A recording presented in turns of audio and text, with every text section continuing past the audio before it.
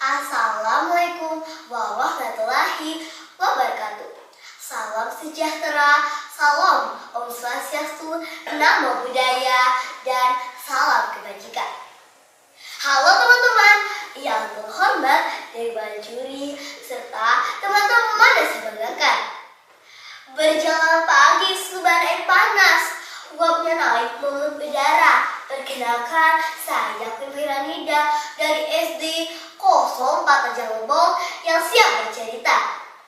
Teman-teman, tahukah kalian di daerah Suban Air Panas Rejang terdapat sebuah batu yang mengeluarkan air seperti air mata. Konon batu itu berasal dari kisah seorang putri cantik yang sangat menyesal karena melupakan tanggung jawabnya. Putri Senepa, karangan Adesi Yurianita. Pada zaman dahulu, hiduplah seorang putri cantik yang bernama Putri Senepa. Rambutnya panjang sekali sampai menyentuh mata kaki. Putri Senepa punya kesaktian. Dengan satu langkah, ia bisa pergi kemana saja. Tetapi ada satu kelemahannya, ia sangat suka bermain air. Kalau sudah bermain air, ia lupa waktu dan lupa kewajibannya. Pada suatu hari, ia melihat langit sambil berkata, "Alangkah indahnya jika aku bisa pergi ke Kahyangan." Dan ia langsung tiba di Kahyangan. Di sana sangat indah, pohon hijau, bunga wangi, dan sungai jernih seperti kristal. Ia langsung berenang dan bermain air sampai lupa waktu. Tiba-tiba terdengar suara besar. "Putri Senepa, sudah malam, pulanglah!" Putri Senepa pun pulang, tetapi karena sangat senang, ia datang lagi setiap hari. Di Kahyangan ada seorang penghuni yang memperhatikan Putri Senepa. Betapa cantiknya putri itu. Putri Senepa juga membalas perasaannya, tetapi Dewata Agung tidak setuju. Manusia dan penghuni Kahyangan tidak boleh bersatu. Para penjaga Kahyangan juga menegur Putri Senepa. "Putri, kau terlalu sering ke Kahyangan, kau melanggar aturan." Akhirnya kesaktian Putri Senepa dicabut, ia menjadi manusia biasa. Tetapi Pangeran Sakti berkata dengan tegas, "Aku rela meninggalkan Kahyangan demi Putri Senepa." Dewata Agung akhirnya mengirimkannya turun ke bumi untuk hidup sebagai manusia. Pangeran Sakti dan Putri Senepa pun menikah. Mereka tinggal di sebuah tempat yang kini disebut Suban Air Panas. Mereka hidup sederhana dan saling menyayangi. Suatu hari, Pangeran Sakti ingin pergi ke kebun. Ia berkata, "Dinda, tolong bawakan kasihan untuk Kanda." Putri Senepa pun memasak makanan enak, lalu membawa berondang berisi makanan.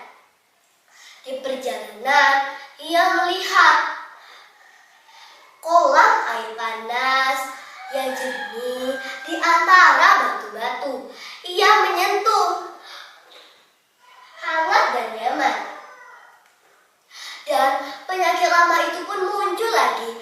Ia lupa, ia bermain air dan melupakan suaminya yang sedang menunggu dalam keadaan lapar dan haus. Di kebun, Pangeran Sakti sudah sangat lapar dan haus. Ia menunggu dan menunggu, tetapi istrinya pun tidak kunjung datang. Akhirnya Pangeran Sakti mencari Putri jalanan, ia melihat beronang bergeletak. Isi makanan berantakan dimakan binatang. Itu beronang Dinda! Pangeran Sakti panik. Ia berlari sambil berkata, "Putri Sinepa!"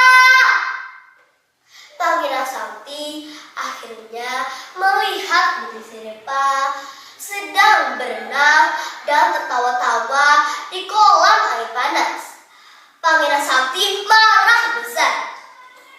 "Putri Sinepa, kembalikan suamimu!" Putri Sinepa berkata, "Anda, maafkan aku." Namun, Pangeran Sakti terluka hatinya.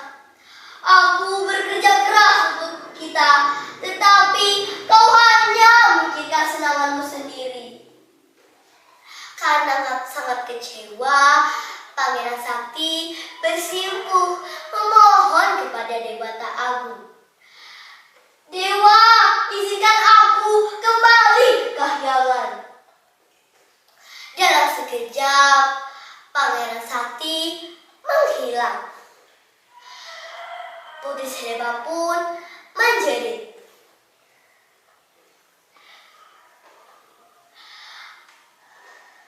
"Anda, maafkan aku, kembalilah." Namun semuanya sudah terlambat. Sejak hari itu, Putri Sinepa dipenuhi penyesalan. Ia naik ke bukit tertinggi. Ia menangis dan menangis setiap hari, memohon maaf kepada suaminya.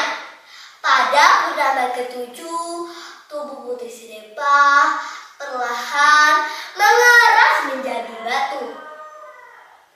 Dari batu itu mengalir air seperti air mata.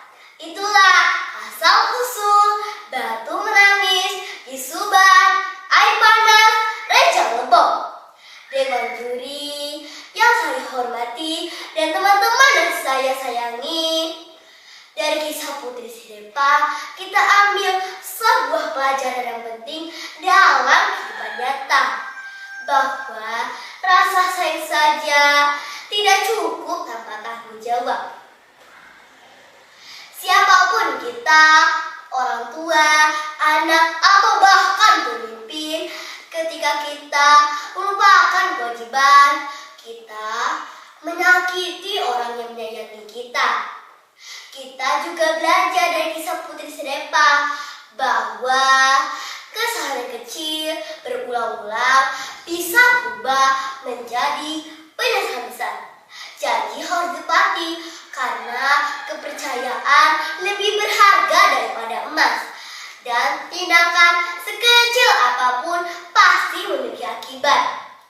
Karena itu, jadilah anak yang bertanggung jawab, tepat waktu, dan tidak lalai terhadap tugas, agar tidak ada air mata seperti air mata Putri Sinepa. Ke kebun singgah memetik selada, pulang sore membuat cerita. Saya Putri Anida mohon pamit kepada semua. Semoga penampilan ini jadi yang terbaik di hati para juri dan